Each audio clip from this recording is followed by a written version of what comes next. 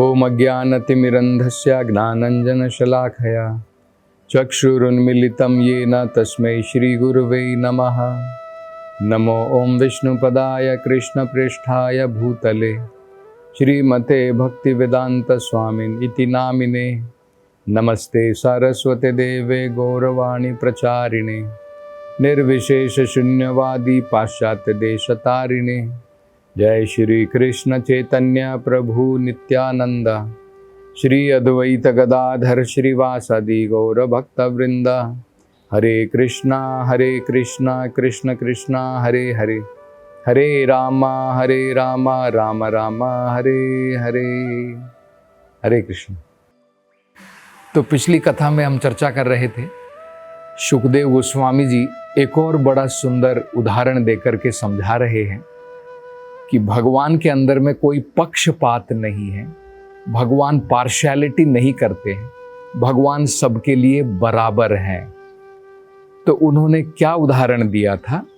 उन्होंने ये उदाहरण दिया था कि भगवान सर्वव्यापी है, भगवान सबके हृदय में विराजमान है, लेकिन किसी व्यक्ति के ऊपर उन्हीं परमात्मा की जो सबके हृदय में है कितनी कृपा प्राप्त हुई है वो हम जज कर सकते हैं उस व्यक्ति के कर्म के द्वारा।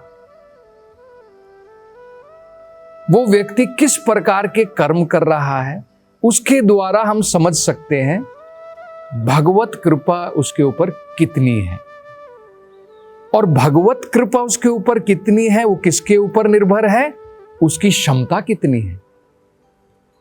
उसकी क्षमता अगर उसने बढ़ाई है भक्ति के द्वारा तो भगवत कृपा ज्यादा प्राप्त होगी। अगर उसने अपनी क्षमता घटा ली है नास्तिक बन करके, भगवत कृपा उसको लगभग प्राप्त ही नहीं होगी। और सुखदेव गोस्वामी जी ने उदाहरण दिया था कि हम जैसे उदाहरण के तौर पर अग्नि का साइज कितना है, अग्नि की मात्रा कितनी है, उसके द्वारा हम समझ सकते हैं अग्नि का जो पात्र है उसका साइज कितना है। उदाहरण के तौर पर अगर हवन कुंड में थोड़ी सी लकड़ी डाली है तो उसके अनुसार क्या होगा, अग्नि जो है छोटी होगी।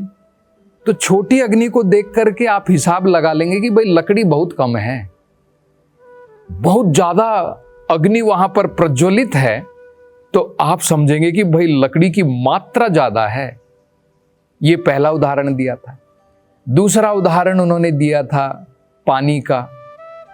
एक पानी की मात्रा देख करके आपको बहुत प्यास लगी है, एक गिलास में पानी दे दिया, आपको लगता है अरे एक गिलास बस, इतना सा पानी, इतने से पानी में मेरी प्यास थोड़ी बुझेगी।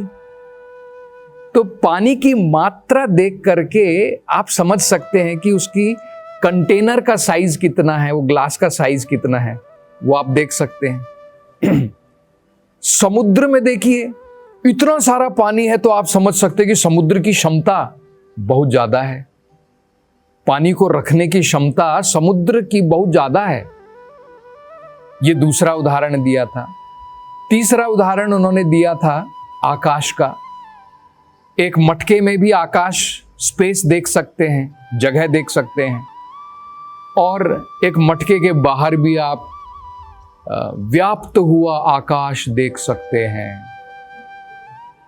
तो दोनों इन सब की मात्रा को देख करके उनकी क्षमता पता चल जाती है। इसी प्रकार से किसी भी व्यक्ति को बाहर से नहीं पहचाना जा सकता है कि इसके ऊपर भगवान की कृपा कितनी है। बाहर से शक्ल देख करके नहीं समझना है, उनकी क्रियाओं के द्वारा समझना है। उनकी क्रियाओं के द्वारा आप समझ पाएंगे ये व्यक्ति असुर है, ये व्यक्ति देवता है, ये व्यक्ति महात्मा है। उसके द्वारा आप समझ पाएंगे।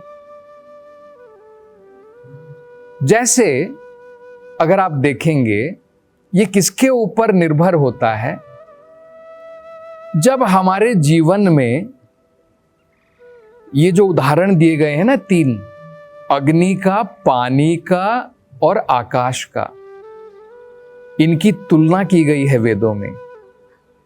अग्नि की तुलना की गई है सत्व गुण से, पानी की तुलना की गई है रजोगुण से, आकाश की तुलना की गई है तमोगुण से। तो अगर हमारे जीवन में किसी व्यक्ति में सत्व गुण ज्यादा है, तो जिसमें सत्व गुण ज्यादा है उसकी क्रियाओं से आप समझ पाएंगे भाई इसमें सत्व गुण बहुत है। कैसे समझ पाएंगे? अगर आप देखेंगे ये व्यक्ति सवेरे जल्दी उठ जाता है, ये व्यक्ति सवेरे उठ करके पहले अपने आप को बढ़िया प्रकार से स्वच्छ रखता है। ऐसा नहीं कि उठा, बेड से उठा, अरे बेड कॉफी दो, अभी दातुन भी नहीं की है और पहले उसको बेड कॉफी चाहिए। अभी सवेरे सवेरे हुआ है, अखबार लेकर के बैठ जाता है। तो हम लोग समझ सकते हैं इसके अंदर में सत्व गुण बहुत कम है। लेकिन अगर व्यक्ति सवेरे जल्दी उठ जाता है, उठ करके स्नान करता है, स्वच्छ हो जाता है, स्वच्छ होने के बाद में ब्रह्मा मुहूर्त के समय में भगवान के ऊपर ध्यान लगाता है, भगवान के नाम का जप करता है, भगवान की अर्चना करता है, स्पिरिचुअल एक्टिविटी करता है, आध्यात्मिक क्रियाएं करता है, तो हम लोग समझ सकते हैं कि ये व्यक्ति जो है इसमें सत्व गुण ज्यादा है। उसकी क्रियाओं से हम लोग समझ सकते हैं। अगर व्यक्ति शांत नहीं है, बड़ा अशांत है, बहुत सारी उसके मन के अंदर में इच्छाएं हैं भोगने की, अरे मुझे तो टाटा बिरला बनना है, बहुत पैसा कमाना है, मेरे बैंक में आज 1 लाख है, मुझे इसे 1 करोड़ तक करना है, और उसके लिए बहुत शक्ति लगाता है, बहुत हार्ड वर्क करता है गधे की भांति, तो हम लोग समझ सकते हैं कि इस व्यक्ति के अंदर में रजोगुण का प्रभाव ज्यादा है। और अगर एक व्यक्ति बहुत एक्टिव नहीं है, बहुत लेजी है, आलसी व्यक्ति है, सवेरे 10 बजे तक सोता रहता है, नींद में रहता है, कोई जिम्मेदारी नहीं लेता, कोई रिस्पॉन्सिबिलिटी, उनके घर वाले कहते हैं अरे बेटा या तुम जाकर के कुछ काम तो कर लो, नहीं, उसको कोई नहीं, खाने को मिल रहा है बस काफी है, नशा करता है, दारू पीता है, बीड़ी पीता है, सिगरेट पीता है, असत लोगों का संग करता है। हम समझ सकते हैं कि इसके अंदर में तमोगुण का प्रभाव ज्यादा है। मतलब किसी व्यक्ति के क्रियाओं से हम उसको समझ सकते हैं। तो जिसमें सत्वगुण ज्यादा है वो आध्यात्मिकता में प्रगति कर रहा है, जिसमें रजोगुण तमोगुण ज्यादा है वो आध्यात्मिकता में प्रगति नहीं कर पा रहा है ज्यादा। तो क्या हो गया है, जिसमें सत्वगुण ज्यादा है उसकी क्षमता बढ़ गई है, अब भगवान की कृपा उसे प्राप्त होगी। अब भगवान ने इंस्ट्रक्शन तो सबके लिए दी है। भगवान कहते हैं हमें अपना जीवन सत्वगुण में बिताना चाहिए, ये हमारे ऊपर निर्भर है, भगवान के ऊपर निर्भर नहीं है। भगवान ने सबको बराबर अवसर दिया है, हम सत्संग करें या असत लोगों का संग करें ये तो हमारे ऊपर है। भगवान की पार्शियलिटी नहीं है, वो भगवान का पक्षपात नहीं है। हम सात्विक भोजन करें ये हमारे ऊपर है, सात्विक भोजन करेंगे तो सत्वगुण का प्रभाव बढ़ेगा, सत्संग करेंगे तो सत्वगुण का प्रभाव बढ़ेगा, असत्संग करेंगे तो रजोगुण तमोगुण का प्रभाव बढ़ेगा, ये हमारे ऊपर है। तो इसमें पार्शियलिटी कहां से आ गई?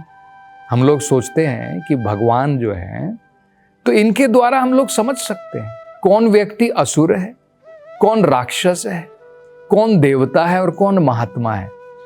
एक व्यक्ति की शक्ल से नहीं, उसकी क्रियाओं से हम समझ सकते हैं।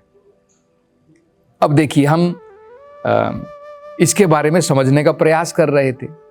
भगवत गीता में बताया है कि कई बार हम लोग देखते हैं कि कुछ लोगों के पास में बहुत सामर्थ्य होता है, बहुत क्षमता होती है, अलग अलग फील्ड में, अलग अलग जगहों पर। जैसे कोई व्यक्ति बहुत बढ़िया चित्रकारी कर सकता है, कोई व्यक्ति बहुत बढ़िया गा सकता है, कोई व्यक्ति जो है बहुत सारे श्लोकों का पाठ करके उसे आराम से बुद्धि में रख सकता है, याद कर सकता है। तो क्या ये भगवान की पार्शियलिटी है, पक्षपात है? ये वैसा नहीं है,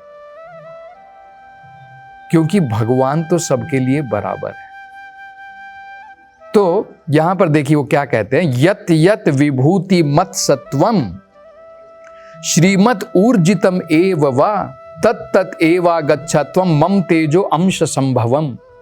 अगर हम देखते हैं कि कोई व्यक्ति कोई बड़े दुष्कर कार्य को भी कर सकता है बड़ी आसानी के साथ में, जैसे उदाहरण के तौर पर हम उदाहरण देख रहे थे, हम जैसे लोग अगर पाश्चात्य देशों में जाते हैं और लोगों को भगवत भक्ति में लगाने का प्रयास करते हैं, तो हम देखते हैं कि हमें इतनी सफलता नहीं मिलती है। हम प्रयास कर रहे हैं और लोग बोल रहे हैं अरे क्या है, क्या भक्ति आप बता रहे हैं, तुम्हारा देश तो पिछड़ा हुआ देश है, और हम उसका जवाब भी नहीं दे पाते हैं। तो हम लोग जो है सोचते हैं कि भाई अरे भगवान, ये लोग तो कृष्ण भावनामृत में कुछ रुचि नहीं ले रहे हैं। लेकिन हम ऐसे भी उदाहरण देखते हैं, जैसे भक्ति वेदांत स्वामी श्रील प्रभुपाद, उन्होंने पाश्चात्य देशों में जाकर के कितने लोगों को कृष्ण भावनामृत बनाया। ऐसे ऐसे लोगों को जो दारू पीते थे, सिगरेट पीते थे, सभी प्रकार के पाप कर्म में लगे हुए थे, आज वो सब कुछ छोड़ करके भगवान के नाम का जप कर रहे हैं, भगवान के नाम का कीर्तन कर रहे हैं, सभी प्रकार की बुरी आदतें उन्होंने छोड़ दी हैं।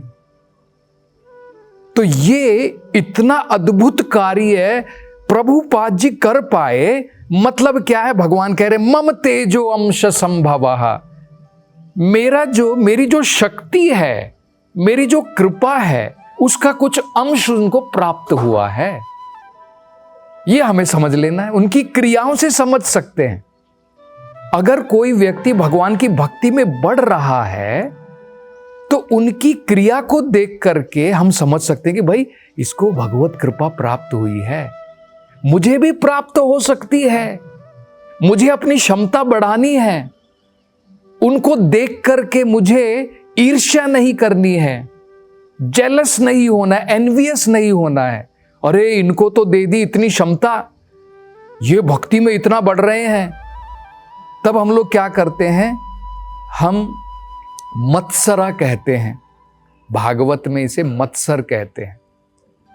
जब किसी के पास में कुछ अद्भुत कार्य करने की शक्ति होती है तो हम उससे जलन करते हैं, अरे ये तो इतना कार्य कर सकता है, तो हमारी जो है उससे ईर्ष्या बढ़ जाती है। तो भगवान कह रहे हैं कि मेरा तेज तो सबके लिए व्याप्त है, वो हमारे ऊपर निर्भर करता है कि वो उसे कितना प्राप्त कर सके। यही बात भगवत गीता में एक जगह और बताते हैं भगवान। वहां पर देखिए क्या कहते हैं, भगवान कहते हैं तेषाम सतत युक्तानाम भजताम प्रीतिपूर्वकम ददामी बुद्धि योगम तम येन माम उपयान्ति ते। जो व्यक्ति तेषाम सतत युक्तानाम भजताम प्रीतिपूर्वकम, जो हमेशा मेरी भक्ति में लगा है, सतत मतलब हमेशा, युक्त जो मेरी भक्ति में लगा हुआ है, कैसे, प्रीतिपूर्वकम प्रेम से लगा हुआ है, ऐसे भक्त को भगवान कह रहे ददामी बुद्धि योगम तम, उसको मैं बुद्धि प्रदान करता हूं, मेरे पास तक कैसे आना है मैं पूरी दिशा दिखाता हूं, डायरेक्शन देता हूं। कैसे भी देते हो भगवान, हृदय से देते हैं या गुरु के द्वारा देते हैं, लेकिन भगवान जो व्यक्ति सिंसियर है, निष्ठावान है, जो निष्ठा के साथ में भक्ति में लगा है, भगवान उसको दिशा दिखाते हैं। अब भगवान की दिशा तो सबके लिए है।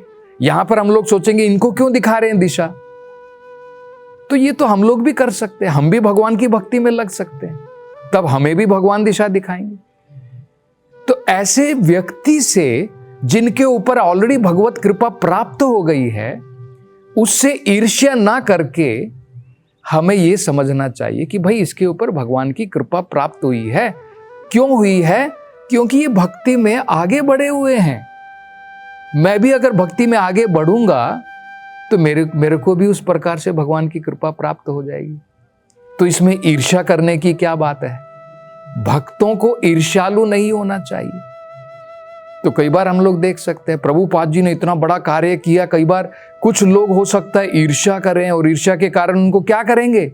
जब हम किसी से ईर्ष्या करते हैं, किसी से हमको जलन होती है, तो हम उसके कार्य को छोटा दिखाने का प्रयास करते हैं।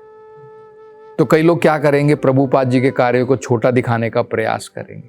लेकिन ये वैष्णव के लक्षण नहीं। वैष्णव जो है पहचान पाता है उनकी क्रियाओं के द्वारा कि भाई इनको जो है भगवत कृपा प्राप्त हुई है। ये हमको समझना है। एक और जो उदाहरण हमको ये समझना है, देखिए यहां पे भगवान जो कह रहे हैं, ददामी बुद्धि योगम तम येन माम उपयान्ति ते, कि कृष्ण ने उनको बुद्धि योग प्रदान किया है। किस लिए प्रदान किया है? क्योंकि सततम युक्तानाम प्रीतिपूर्वकम, ये व्यक्ति हमेशा भगवान की सेवा में प्रीति से लगा होगा, इसलिए प्राप्त हुआ है। मैं भी लग सकता हूं, मैं भी अगर उस प्रकार से लगूंगा मुझे भी प्राप्त हो जाएगी। ये एक बड़ी महत्वपूर्ण बात है। ये उदाहरण दिया जाता है कि मान लीजिए एक शिक्षक है, एक टीचर है। एक टीचर हमारी क्षमता के अनुसार हमें पाठ देता है, कुछ समझाता है। हमारे में क्षमता नहीं है, वो पढ़ाए जा रहा है, हमें तो कुछ समझ में नहीं आया, हमारी अंडरस्टैंडिंग तो फिर भी नहीं बढ़ेगी। टीचर के पढ़ाने की बात नहीं होती है, आप में कितनी क्षमता है वो इंपॉर्टेंट है, वो महत्वपूर्ण है।